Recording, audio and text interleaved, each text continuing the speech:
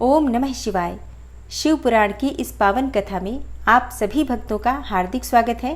भगवान भोलेनाथ और माता पार्वती आपकी समस्त मनोकामनाओं को पूर्ण करें। शिव पुराण की कल की कथा में आपने सुना शालिग्राम और तुलसी के महात्म्य का वर्णन। भगवान शिव के पुत्र गणेश और कार्तिकेय के बारे में तो आप सभी जानते होंगे, लेकिन आज की कथा में आप सुनने वाले हैं भगवान शिव के एक और पुत्र अंधकासुर की कथा।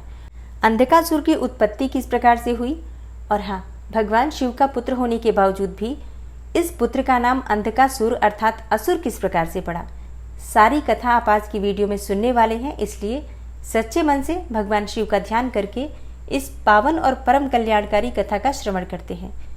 सनत कुमार जी कहते हैं, हे व्यास जी, अब जिस प्रकार से अंधकासुर ने परमात्मा शंभु के गणाध्यक्ष पद को प्राप्त किया था, महेश्वर के उस मंगलमय चरित्र को श्रवण करो।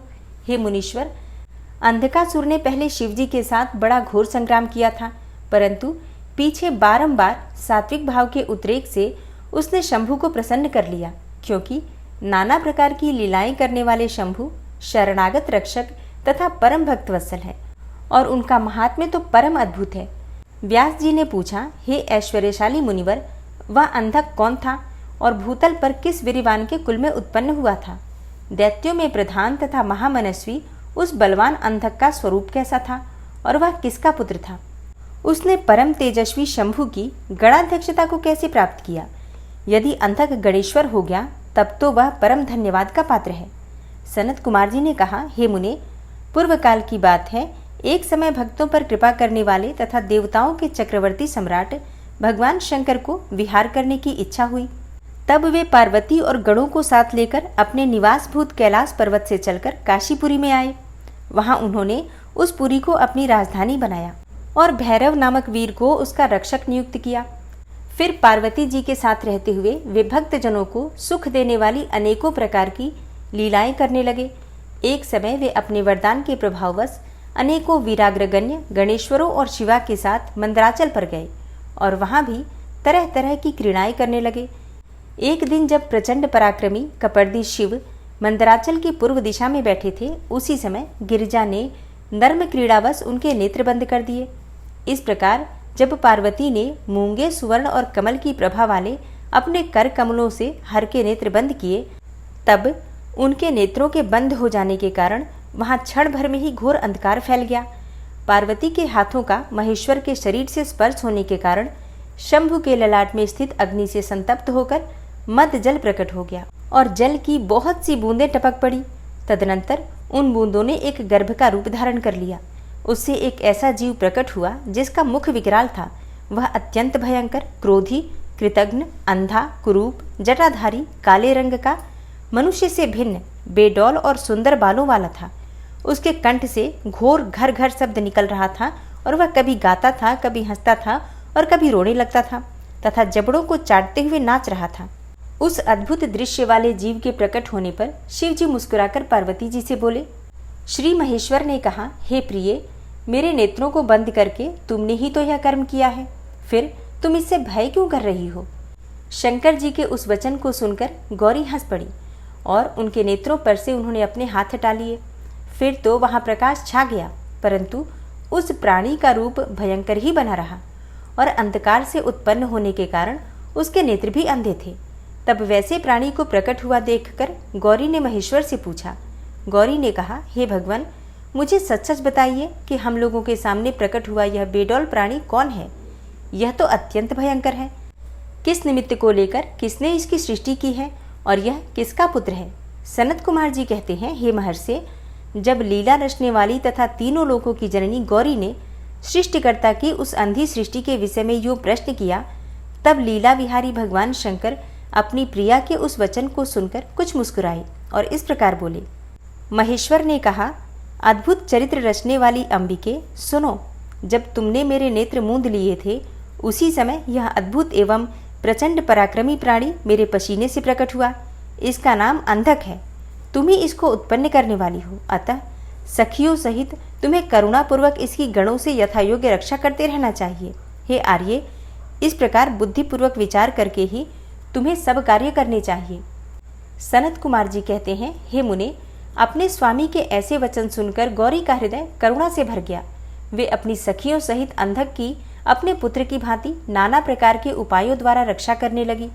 उसके बाद शिशिर ऋतु आने पर दैत्य हिरण्याक्ष पुत्र की कामना से उसी वन में आया, क्योंकि उसकी पत्नी ने उसके ज्येष्ठ बंधु की संतान परंपरा को देखकर उसे संतानार्थ तपश्चर्या के लिए प्रेरित किया था। वहां वह कश्यप नंदन हिरण्याक्ष वन का आश्रय लेकर पुत्र प्राप्ति के लिए घोर तप करने लगा। उसके मन में महेश्वर के दर्शन की इच्छा थी, अतः वह क्रोध आदि दोषों को अपने काबू में करके ठूंठ की भांति निश्चल होकर समाधिस्थ हो गया। हे द्विजेंद्र, तब जिसकी ध्वजा में वृषभ का चिन्ह वर्तमान है तथा जो पिनाक धारण करने वाले हैं, वे महेश उसकी तपस्या से पूर्णतया प्रसन्न होकर उसे वर प्रदान करने के लिए चले और उस स्थान पर पहुंचकर दैत्य प्रवर हिरण्याक्ष से बोले। महेश ने कहा, दैत्यनाथ, अब तू अपनी इंद्रियों का विनाश मत कर। किस लिए तूने इस व्रत का आश्रय लिया है? तू अपना मनोरथ तो प्रकट कर। मैं वरदाता शंकर हूँ, अतः तेरी जो अभिलाषा होगी वह सब मैं तुझे प्रदान करूंगा। सनत कुमार जी कहते हैं, हे महर्षि, महेश्वर के उस सरस वचन को सुनकर दैत्यराज हिरण्याक्ष परम प्रसन्न हुआ। उसने गिरीश के चरणों में नमस्कार करके अनेकों प्रकार से उनकी स्तुति की। फिर वह अंजलि बांधे सिर झुकाकर कहने लगा। हिरण्याक्ष ने कहा, हे चंद्रभाल, मेरे उत्तम पराक्रम संपन्न तथा दैत्य कुल के अनुरूप कोई पुत्र नहीं है, इसलिए मैंने इस व्रत का अनुष्ठान किया है। हे देवेश, मुझे परम बलशाली पुत्र दीजिए। सनत कुमार जी कहते हैं, हे मुने, दैत्यराज के उस वचन को सुनकर कृपालु शंकर प्रसन्न हो गए और उससे बोले, दैत्याधिप, तेरे भाग्य में तेरे वीर्य से उत्पन्न होने वाला पुत्र तो नहीं लिखा है, किंतु मैं तुझे एक पुत्र देता हूँ। मेरा एक पुत्र है जिसका नाम अंधक है। वह तेरे ही समान पराक्रमी और अजेय है। तू संपूर्ण दुखों को त्याग कर उसी को पुत्र रूप से वरण कर ले और इस प्रकार पुत्र प्राप्त कर ले। सनत कुमार जी कहते हैं, हे महर्षि, उससे यो कहकर गौरी के साथ विराजमान उन महात्मा भूतनाथ त्रिपुरारी शंकर ने प्रसन्न होकर हिरण्याक्ष को वह पुत्र दे दिया।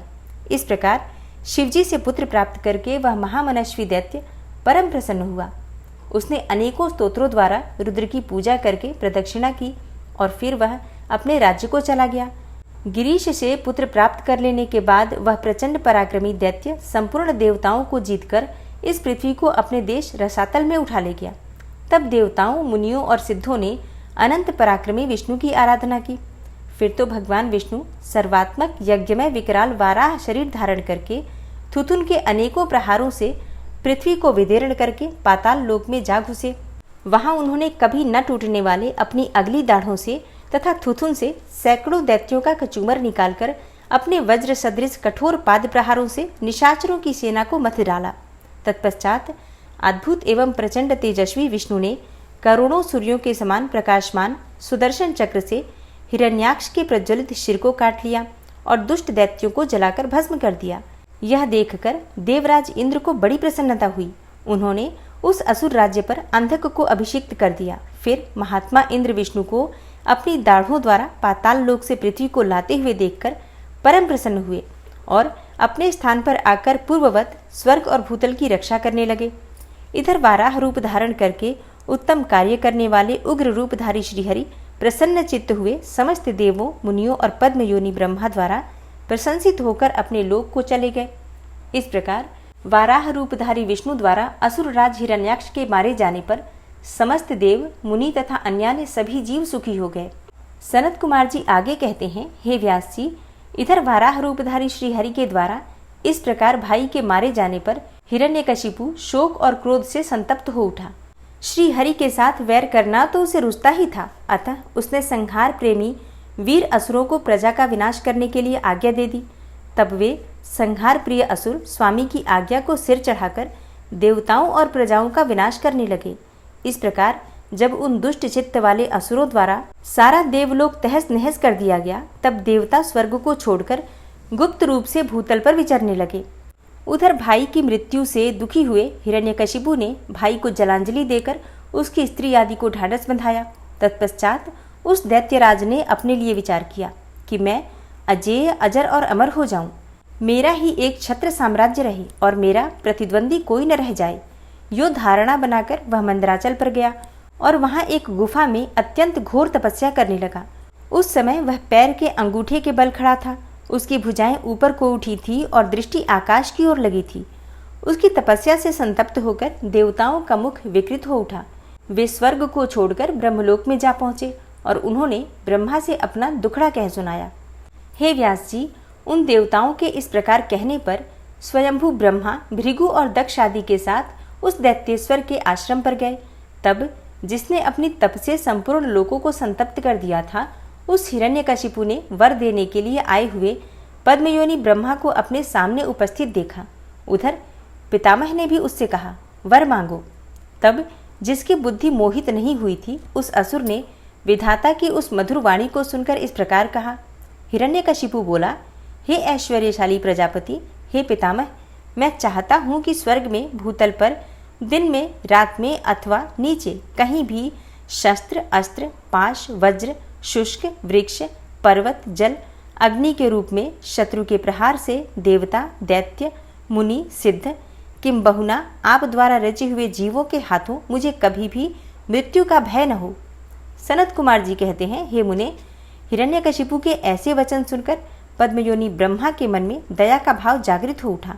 उन्होंने मन ही मन विष्णु को प्रणाम करके उससे कहा, हे दैत्येंद्र, मैं तुझ पर प्रसन्न हूँ, अतः तुझे सारी वस्तुएं प्राप्त होंगी। तूने 96,000 वर्षों तक तप किया है, अब तेरी कामना पूर्ण हो चुकी है, अतः तप से विरत होकर उठ और दानवों के राज्य का उपभोग कर। ब्रह्मा की वाणी सुनकर हिरण्यकशिपु का मुख प्रसन्नता से खिल उठा।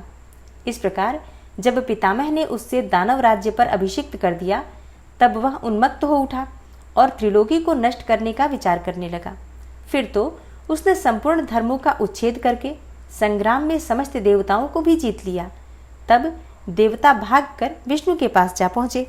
वहां श्रीहरि ने देवताओं और मुनियों की दुख की गाथा सुनकर उन्हें आश्वासन दिया और शीघ्र ही उस दैत्य के वध करने का वचन दिया। तब देवता अपने स्थान को लौट गए।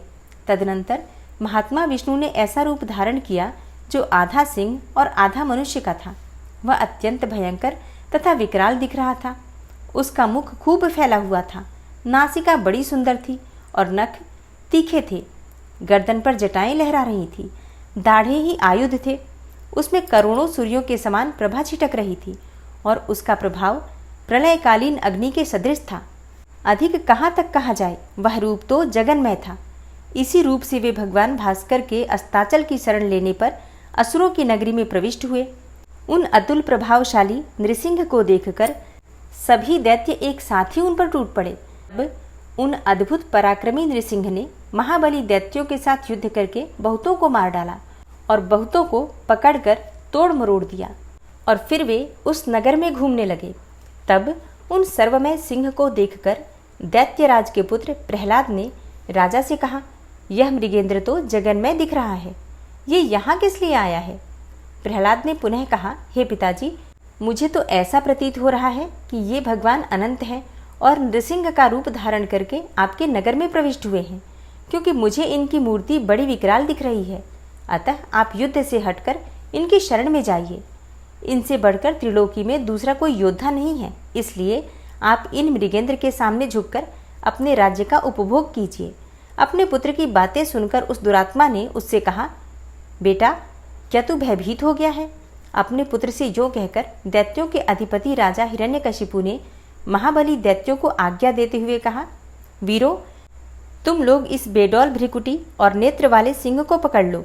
तब स्वामी की आज्ञा से उन मृगेंद्र को पकड़ने की इच्छा से वे सभी बड़े बड़े दैत्य रणभूमि में घुसे, परंतु जैसे रूप की अभिलाषा से अग्नि में प्रवेश करने वाले पतंगे जल भुन जाते हैं, उसी तरह वे सब के सब क्षण भर में ही जलकर भस्म हो गए।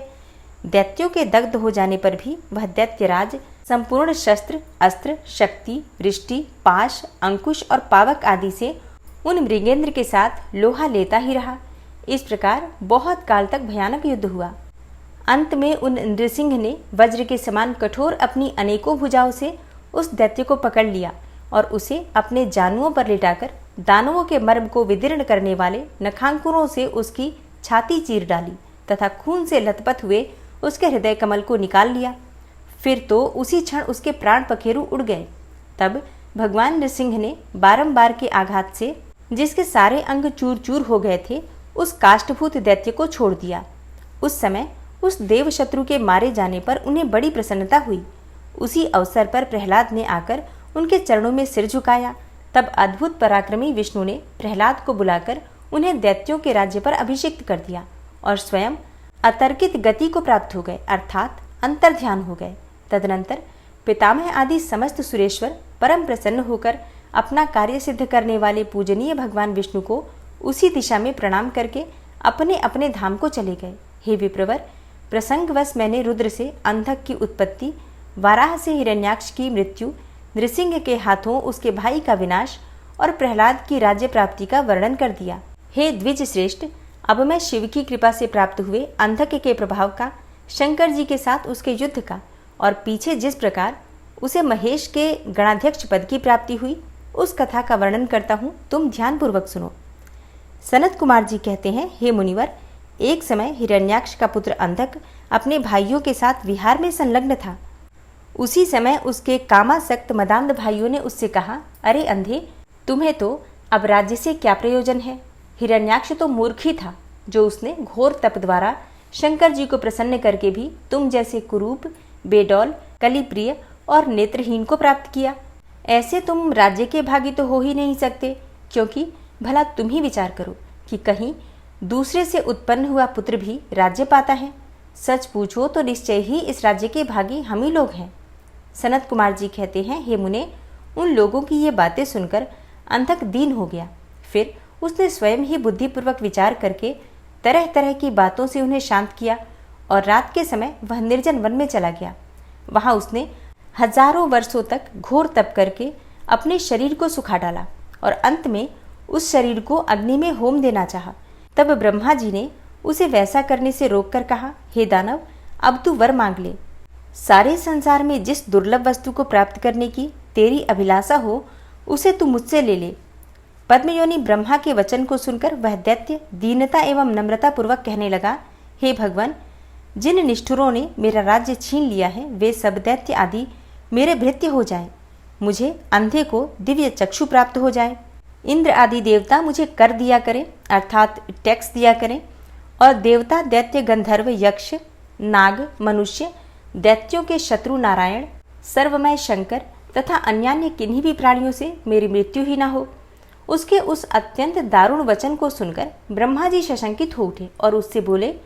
ब्रह्मा जी ने कहा, हे दैत्येंद्र, ये सारी बातें तो हो जाएंगी, किंतु तू अपने विनाश का कोई कारण भी तो स्वीकार कर ले, क्योंकि जगत में कोई ऐसा प्राणी न हुआ है और न आगे होगा ही जो काल के गाल में न गया हो। फिर तुझ जैसे सत्पुरुषों को तो अत्यंत लंबे जीवन का विचार त्याग ही देना चाहिए। ब्रह्मा के इस अनुनय भरे वचन को सुनकर वह दैत्य पुनः बोला। अंधक ने कहा, हे प्रभु, तीनों कालों में जो उत्तम, मध्यम और नीच नारियां होती हैं, उन्हीं नारियों में से कोई रत्नभूता नारी मेरी भी जननी होगी। वह मनुष्य लोक के लिए दुर्लभ तथा शरीर, मन और वचन से भी अगम्य है। उसमें राक्षस भाव के कारण जब मेरी काम भावना उत्पन्न हो जाए तभी मेरा नाश हो।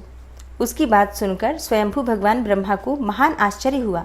वे शंकर जी के चरण कमलों का स्मरण करने लगे। तब शंभू की आज्ञा पाकर वे उस अंधक से बोले।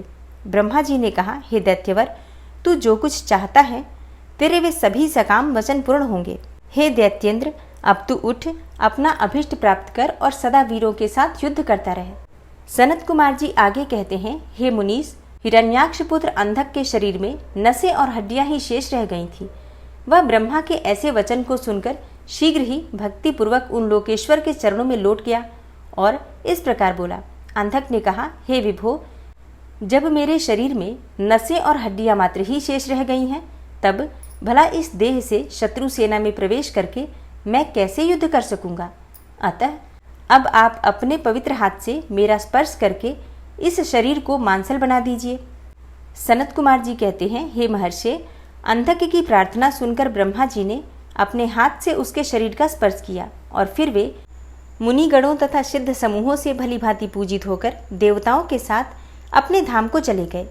ब्रह्मा के स्पर्श करते ही उस दैत्यराज का शरीर भरा पूरा हो गया, जिससे उसमें बल का संचार हो आया तथा नेत्रों के प्राप्त हो जाने पर वह सुंदर भी दिखने लगा।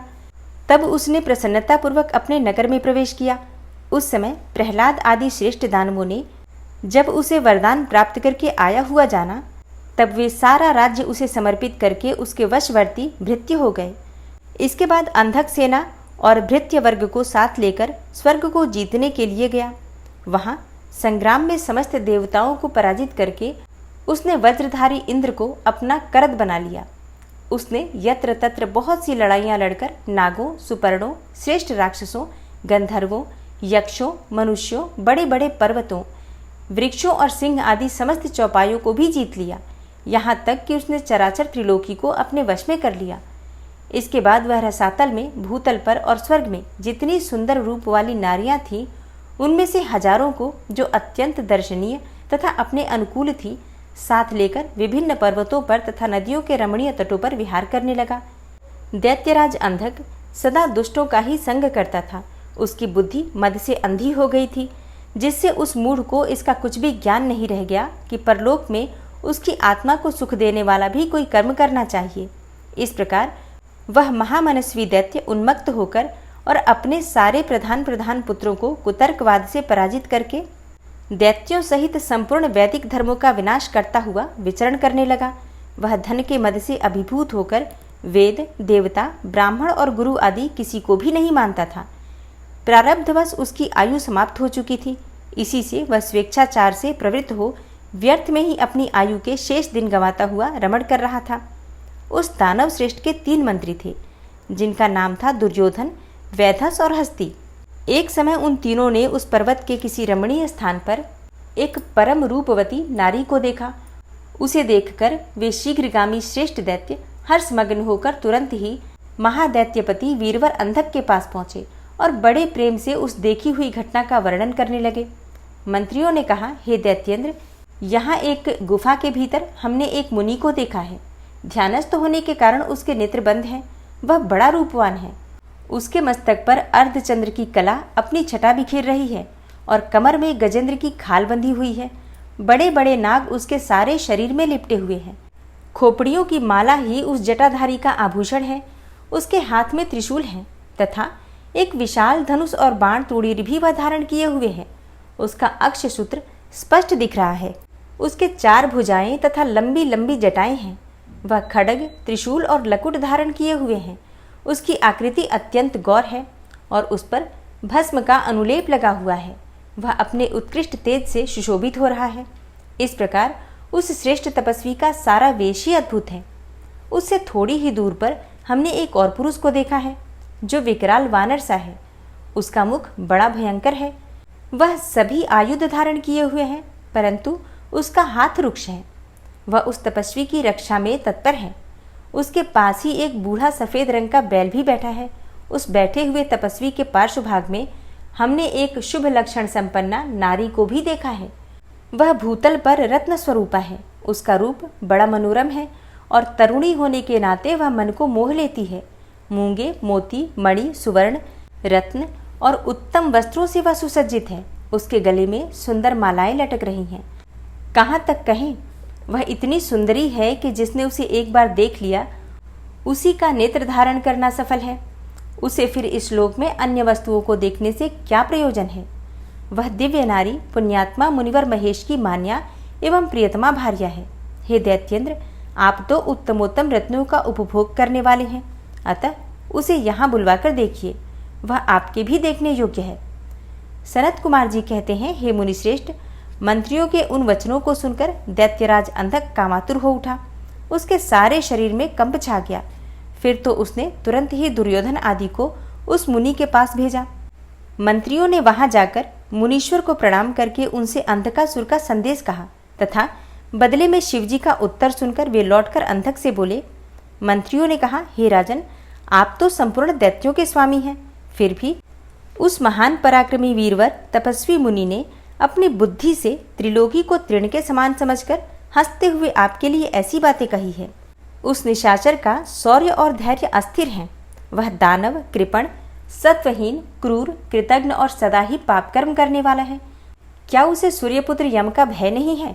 कहाँ तो मैं, मेरे दारुण शस्त्र और मृत्यु को भी संत्रस्त कर देने वाला युद्ध, और कहाँ वह वानर का सा मुख वाला डरपोक निशाचर, जिसके सारे अंग बुढ़ापे से जर्जर हो गए हैं। कहाँ मेरा यह स्वरूप और कहाँ तेरी मंदभाग्यता। तेरी सेना भी तो नहीं के बराबर ही है।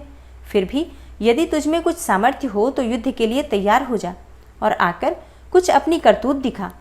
मेरे पास तुझ जैसे पापियों का विनाश करने वाला वज्र सरीखा भयंकर शस्त्र है और तेरा शरीर तो कमल के समान कोमल है। ऐसी दशा में विचार करके तुझे जो रुचिकर प्रतीत हो वह कर।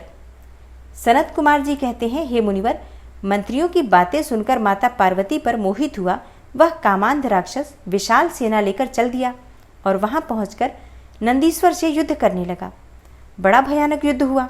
उस समय युद्धस्थल में चर्बी, मज्जा, मांस और रक्त की कीच मच गई।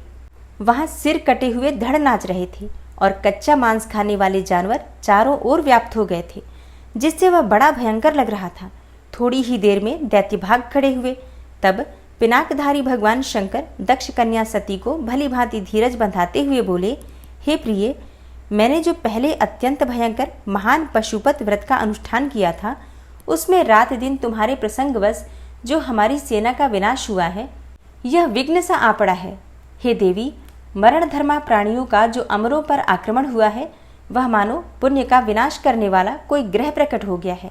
अतः अब मैं पुनः किसी निर्जन वन में जाकर उस परम अद्भुत दिव्य व्रत की दीक्षा लूंगा और उस कठिन व्रत का अनुष्ठान करूंगा। हे सुंदरी, तुम्हारा शोक और भय दूर हो जाना चाहिए। सनत कुमार जी कहते हैं, हे मुने, इतना कहकर उग्र प्रभावशाली महात्मा शंकर धीरे से अपना शिंगा बजाकर एक अत्यंत भयंकर पावन वन में चले गए। वहां वे 1000 वर्षों के लिए पाशुपत व्रत के अनुष्ठान में तत्पर हो गए। इस व्रत का निभाना देवों और असुरों की शक्ति के बाहर है। इधर शील गुण से संपन्न पतिव्रता देवी पार्वती मंदराचल पर ही रहकर शिवजी के आगमन की प्रतीक्षा करती रहती थी। यद्यपि पुत्र स्थानीय वीरकगण उनकी सुरक्षा में तत्पर रहते थे, तथापि उस गुफा के भीतर अकेली रहने के कारण वे सदा भयभीत रहती थी, जिससे उन्हें बड़ा दुख होता था। इसी बीच वरदान के प्रभाव से उन्मत्त हुआ वह दैत्य अंधक, जिसका धैर्य कामदेव के बाणों से छिन्न भिन्न हो गया था, अपने मुख्य योद्धाओं को साथ लेकर पुनः उस गुफा पर चढ़ाया। वहां सैनिकों सहित उसने वीरकगण के साथ अत्यंत अद्भुत युद्ध किया। उस समय सभी वीरों ने अन्न, जल और नींद का परित्याग कर दिया था और इस प्रकार वह युद्ध 505 दिनों तक लगातार चलता रहा। अंत में दैत्यों की भुजाओं से छूटे हुए आयुधों के प्रहार से नंदीश्वर का शरीर घायल हो गया, जिससे वे गुहा द्वार पर ही गिर पड़े और मूर्छित हो गए। उनके गिरने से गुहा का सारा दरवाजा ही ढक गया, जिससे उसका खोला जाना असंभव था। फिर दैत्यों ने 2 ही घड़ी में सारे वीरकगण को अपने अश्व समूहों से आच्छादित कर दिया। तब पार्वती ने भगवान विष्णु और ब्रह्मा जी का स्मरण किया। स्मरण करते ही ब्राह्मी, नारायणी, ऐन्द्री, वैश्वानरी, याम्या, नैऋत्ति, वारुणी, वायवी, कौबेरी, यक्षेश्वरी और गारुणी आदि देवियों के रूप में समस्त देवता यक्ष, सिद्ध, गुह्यक आदि शस्त्रास्त्रों से सुसज्जित होकर अपने अपने वाहनों पर सवार होकर पार्वती के पास आ पहुंचे और राक्षसों के साथ भिड़ गए। कुछ समय के बाद भगवान शिव भी वहां आ गए। फिर तो घोर युद्ध हुआ। तदनंतर शुक्राचार्य को संजीवनी विद्या के द्वारा दैत्यों को जीवित करते देखकर भूतनाथ शिवजी उनको निगल गए। इससे दैत्य ढीले पड़ गए। हे व्यास जी, अंधक महान पराक्रमी, वीर और त्रिपुरहंता शिव के समान बुद्धिमान था। सैकड़ों वरदान मिलने के कारण वह उन्माद के वशीभूत हो रहा था। यद्यपि बहुसंख्यक शस्त्रास्त्रों की चोट से उसका शरीर जर्जर हो गया था, फिर भी शिवजी पर विजय पाने के लिए उसने दूसरी माया रची। जब प्रलयकालीन अग्नि के समान शरीर धारण करने वाले भूतनाथ त्रिपुरारी शंकर ने अपने त्रिशूल से उसे बुरी तरह छेद डाला, तब भूतल पर गिरे हुए उसके रक्त कणों के यूथ अंधक प्रकट हो गए। उनसे सारी रणभूमि व्याप्त हो गई। वे विकृत मुख वाले भयंकर राक्षस अंतक के सदृश ही पराक्रमी थे। इस प्रकार जब पशुपति द्वारा मारे गए सैनिकों के घावों से निकले हुए अत्यंत गरम गरम रक्त बिंदुओं से दूसरे सैनिक उत्पन्न होने लगे, तब बहुत सी भुजारूपी लताओं द्वारा आक्रांत होने के कारण कुपित हुए बुद्धिमान भगवान विष्णु ने प्रमथनाथ शिव को बुलाकर योग बल से एक ऐसा अजेय स्त्री रूप धारण किया, जिसका मुख विकृत था और रूप उग्र, विकराल और कंकाल मात्र था, और वह स्त्री रूप शंभु के कान से निकला था। जब उन देवी ने रणभूमि में उपस्थित होकर अपने युगल चरणों से पृथ्वी को अलंकृत किया, तब सभी देवता उनकी स्तुति करने लगे। तत्पश्चात भगवान ने उनकी बुद्धि को प्रेरित किया। फिर तो वे क्षुधार्त होकर रण के मुहाने पर उन सैनिकों के तथा दैत्यराज के शरीर से निकले हुए अत्यंत गरम गरम रुधिर का पान करने लगी, जिससे राक्षसों का उत्पन्न होना बंद हो गया। तदनंतर एकमात्र अंधक ही बच गया। यद्यपि उसके शरीर का रक्त सूख गया था, तथापि वह अपने कुलोचित सनातन छात्र धर्म का स्मरण करके अविनाशी भगवान शंकर के साथ भयंकर थप्पड़ों से, वज्र सदृश जानुओं और चरणों से, वज्राकार नखों से, मुख, भुजा और सिरों से संग्राम करता रहा। तब प्रमथनाथ भगवान शिव ने रणभूमि में उनका हृदय विदीर्ण करके उसे शांत कर दिया। फिर त्रिशूल भोंक कर उसे स्थाणु के समान ऊपर को उठा लिया। उसका जर्जर शरीर नीचे को लटक रहा था। सूर्य की किरणों ने उसे सुखा दिया। पवन के झोंकों से युक्त मेघों ने मूसलाधार जल बरसाकर उसे गीला कर दिया। हिमखंड के समान शीतल चंद्रमा की किरणों ने उसे विशीर्ण कर दिया। फिर भी उस दैत्यराज ने अपने प्राणों का परित्याग नहीं किया। उसने विशेष रूप से शिवजी का स्तवन किया। तब करुणा के अगाध सागर शंभु प्रसन्न हो गए और उन्होंने उसे प्रेम पूर्वक गणाध्यक्ष का पद प्रदान किया। तत्पश्चात युद्ध के समाप्त हो जाने पर लोकपालों ने नाना प्रकार के सार गर्भित स्तोत्रों द्वारा विधि पूर्वक शिवजी की अर्चना की और हर्षित हुए ब्रह्मा, विष्णु आदि देवों ने गर्दन झुकाकर उत्तमोत्तम स्तुतियों द्वारा उनका स्तवन किया। फिर जय जयकार करते हुए वे आनंद मनाने लगे। तदनंतर शिवजी उन सबको साथ लेकर आनंद पूर्वक गिरिराज की गुफा को लौट आए। वहां उन्होंने अपने ही अंशभूत पूजनीय देवताओं को नाना प्रकार की भेंट समर्पित करके उन्हें विदा किया और स्वयं प्रमुदित हुई गिरिराज कुमारी के साथ उत्तमोत्तम लीलाएं करने लगे। ओम नमः शिवाय। जय शिव शंभु। जय भोलेनाथ।